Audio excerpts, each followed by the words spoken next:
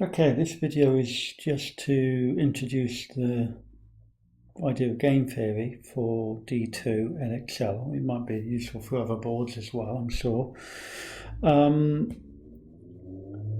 The bulleted there is the main things I want to cover, and I suppose it's leading into this thing here finally, which I will just end on, which is where you're going to get most of your likely exam questions for D2, and I'll follow up that with some actual example questions in a further video. Some of this may seem fairly obvious, or you may have seen before, but it's quite important context that we have to put this in before we move on to some of the questions you can be examined on. First of all, the definition of a two-person game. Well, of course, a two-person game is a game with two persons, but we've got to be careful not to use the same words that we've said. So let's just say a two-person game is a game involving only two participants. Only two participants. Okay, it's almost saying the same thing with different words, isn't it? It's in the glossary for D2, so I suppose most people would get that intuitively. The zero-sum game, though, you've got to be careful here. This came up in a recent exam question, and quite a number of students were getting it wrong. They were saying things like, the definition of a zero-sum game is one where the total value is zero. That's not necessarily true. In fact, it probably isn't true. There are many games with a total value of zero, but which are not zero-sum games. The key idea with zero-sum game is for every strategy, for every strategy that there is, that one player's gains equal another player's losses. So we'll see that when we come on to payoff matrices in a moment, what the context of a zero-sum game is. So where this will do, where one player's gain are equal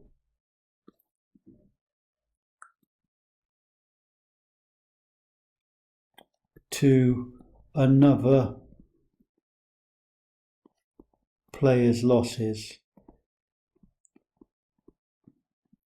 I suppose you probably not for every strategy. That's the kind of key thing. Not that they'll balance out in the long run, which is a game with value zero, but that for every particular strategy, the one player's gains is equal to another player's loss. And that leads me on to the prisoner's dilemma.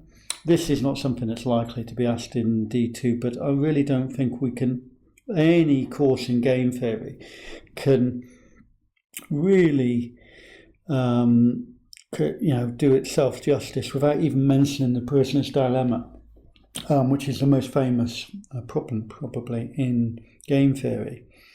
It's not a zero-sum game, so it might actually help us explain what we mean by zero-sum games as we move on through these things that we're trying to explain. Right, okay, I'll just bring up the Wikipedia entry for a prisoner's dilemma. You might want to, at this point, pause and just quickly read that description. Okay. Right, so now that you've paused, hopefully, now that you've paused the tape, hopefully you've had time to assimilate this. We've basically got a situation where two members of a criminal gang have been arrested, and they're both, police believe that they're both guilty of quite a serious charge.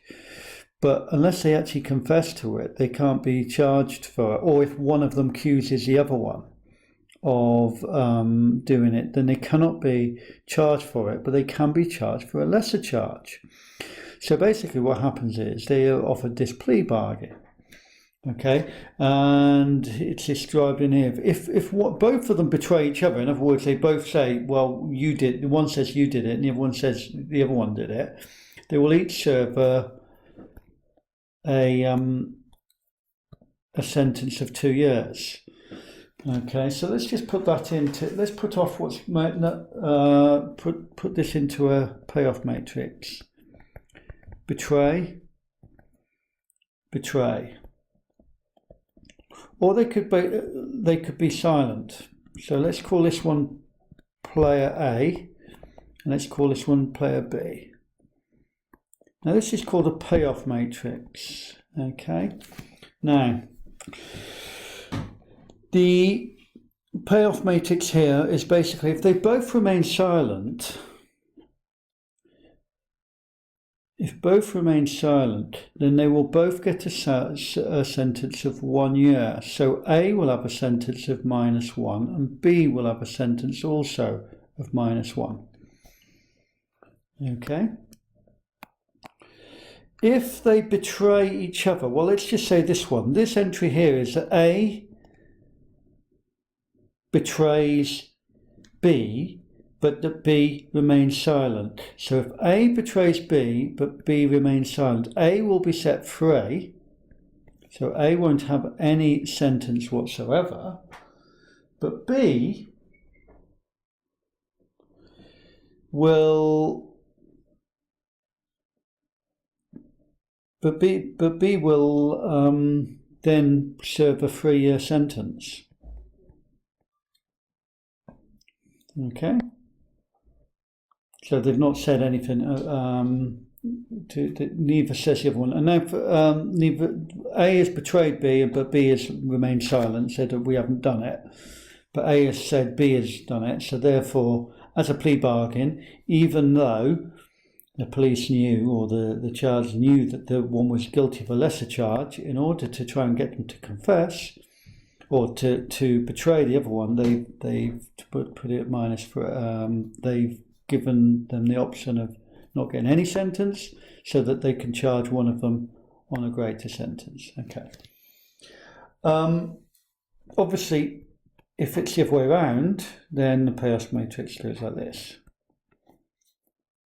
-3 and 0. Okay, now if they both betray each other, then they will both serve a 2-year sentence. It's just obviously a made-up scenario. The negative is because it's about a negative value for here, presuming we don't regard going to prison as a positive thing. It's a negative thing. Okay, so this is called a payoff matrix, and the two entries are, this entry here is A is the winnings to A, and this is the winnings to B. Okay. Now, that's called the payoff matrix. That's called the prisoner's dilemma. It's an example of the one in the D2 textbook. It's a different version of that. But yeah, there's lots of different varieties of the flavours of the prisoner's dilemma. And I would urge anyone to look it up. And there's certain videos I might put on a playlist of all about this thing called the prisoner's dilemma. Okay, I wanted to mention this because this is clearly not a zero-sum game, because if it were, these would all add up to, every entry in these cells would all have to add up to 0. Okay, and they clearly do not add up to 0. They add up to different amounts, but they're never 0. Okay, it's not that one player's losses and one player's gains, not at all, nothing like it. Here is an example. So let's just go down the list. We have now covered all of these things here. So now we're on to payoff matrices here. Right, that's an example of a zero-sum game. Okay, because one player's loss gains is equal to another player's loss for every strategy. That's what I mean by every entry in the matrix adds up to 0. Okay, This is a zero-sum game.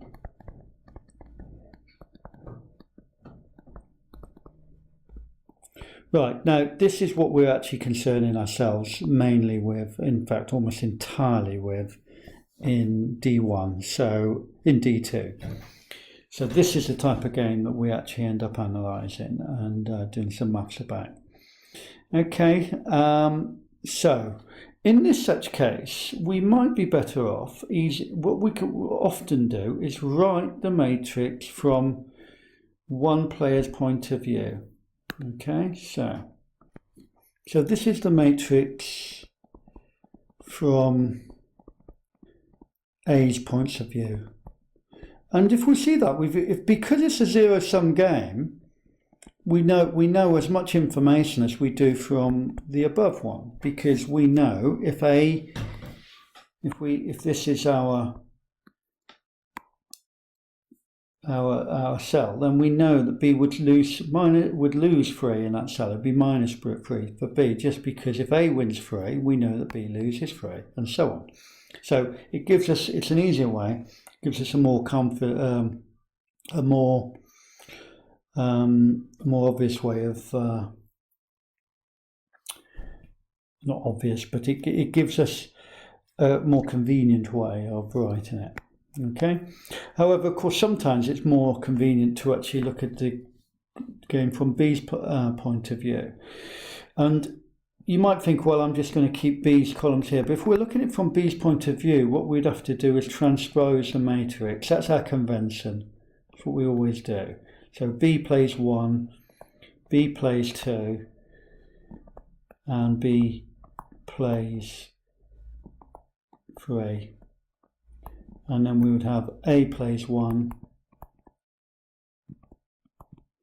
A plays 2, and A plays 3. So this is transposing the matrix, and sometimes there are many occasions that you'll come and this is something you could be asked to do in the exam, in fact. So in this case, what we're doing is that just corresponds to that cell there, that's minus 3, because we're looking at it from B's point of view. So we're doing two things. We're transposing it and we're changing the sign. So B plays 2 and A plays 1, that's minus 2. And then this one here comes to minus 3. Okay. Similarly, if we now go to this one here, as A plays 2 and B plays 1, that's 2. We're changing the sign and transposing it. This one is obviously minus 1, and this one is minus 3. And A plays 4, A plays 3, and B plays 1, minus 4 there, and so on. So we've kind of moved it, we've kind of reflected it diagonally, if you like, and changed the sign. So minus 1, so here we've got minus 2 and minus 1. So remember that's transposing the matrix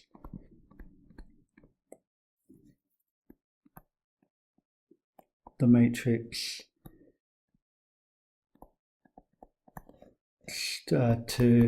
get game from B's point of view. Okay, so hopefully that's pretty clear now. Okay, right. Now let's just talk a little bit about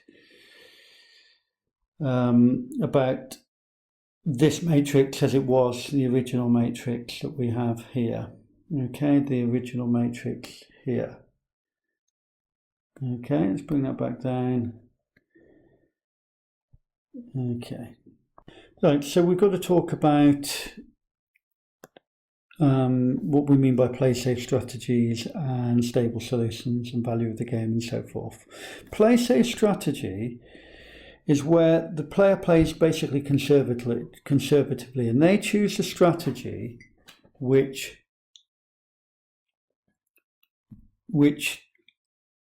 does them the least harm, no matter what the other player does. So it's the least worst option, if you like. So if you look at it here from A's point of view, if A plays row 1, the worst that they can do is 2. So we're actually looking for the minimum. That's the worst they'll do. They might get 3, they might get 3, but if B plays 2, they will only win 2. Okay, so that's the worst they can do. If they play 2, the worst they can do is -2. This cell here. And if A plays 3, the worst it can do is 1. Okay? So it's what's called that we pick the maximum of these, the maximin. A's play say strategy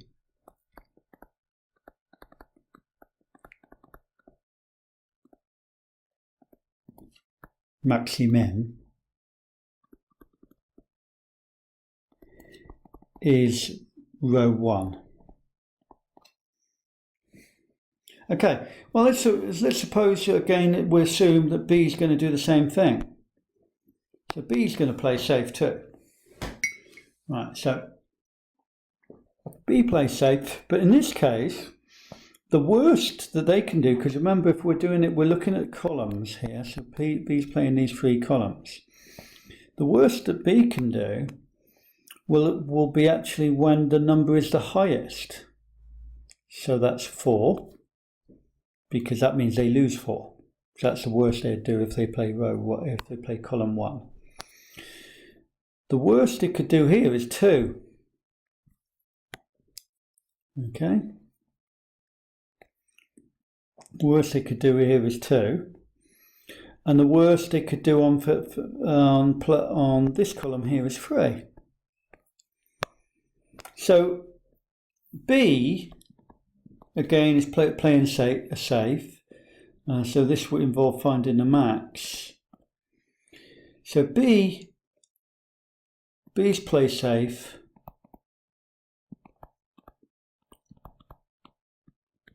strategy is is column 2. This time it's the way around. We're actually working out the mini-max. We've picked it. We've looked at each column. We've looked for the maximum entry, and of those entries, we've looked for find the column 1 with the least, which is 2. Let's circle and this is 2. Right. Now this is a kind of quite nice theorem, stable solution theorem. Is if these 2 numbers are equal, then that's called a stable solution or saddle point. Because we've got the row maximin equals to the column minimax. 2 equals 2 if you like, just to ram the point home. 2 definitely is equal to 2. That means there is a stable solution. It's also called the actual point itself is called a saddle point.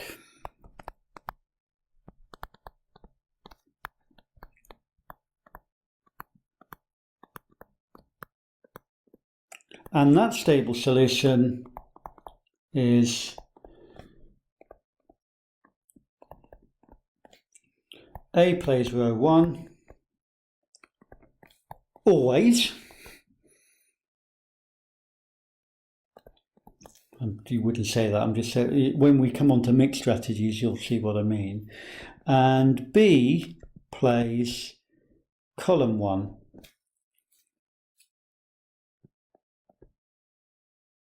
There's row 1 always. Okay, so and the value of the game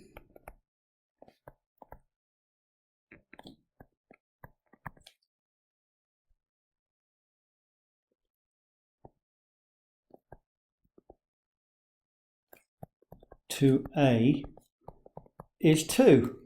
Pretty boring game, really, let's face it. A plays 1 all the time, B plays 2 all the time, A always wins 2. And this is a situation that you might say, well, B doesn't play, isn't going to play this game. But you really have to think of games in a more broader sense than that. It may be, we're assuming that not playing is not exactly an option here. So a game could be anything. It could be a situation in which people cannot get out of. And so B always loses and A always wins too. There's no change in strategy or anything.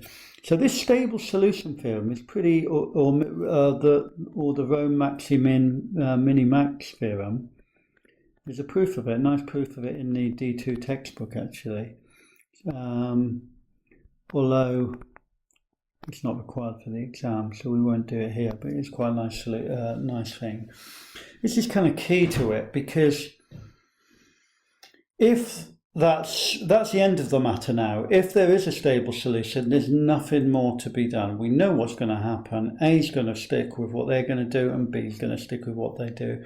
The value of the game to A is 2, the value of the game to B is -2, and that is it. Okay. However, in situations where this isn't the case, where the row maxi-min is not equal to the column mini-max, then there is no stable solution, no saddle point. Then it makes sense for one of the players to mix their strategy, in other words, to play each of these in different proportions. Okay, now what proportions they are will depend on lots of things, and that's actually the essence of what D2 Edexcel. That's what we're talking about. It's determining optimum mix strategy, it's called. Okay, if it's in the player's advantage to mix up their,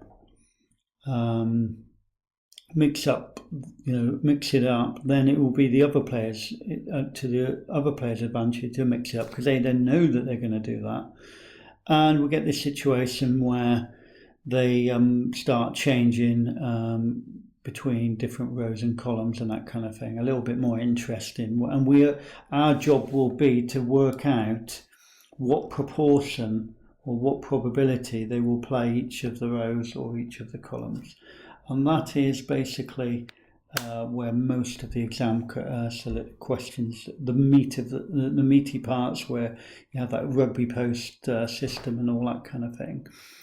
Well, it's not technically called a rugby post, but we find an optimum mix strategy for a situation where there's no stable solutions. And we're going to do some examples based on exam questions in the next video, but hopefully we've got the ideas of this. We've already done this last bit here. If we go back to our original little points, I think we've covered this. Prisoner's dilemma, okay, it's a nice little intro to game theory. Payoff matrices, transposing, that was for a zero-sum game. We can transpose it from the other, where we change the signs and change rows for columns. Play-safe strategies, where they do the least worst outcome. Stable solutions, where the row mini-max is equal to the column maxi-min. And, or was that the other way around?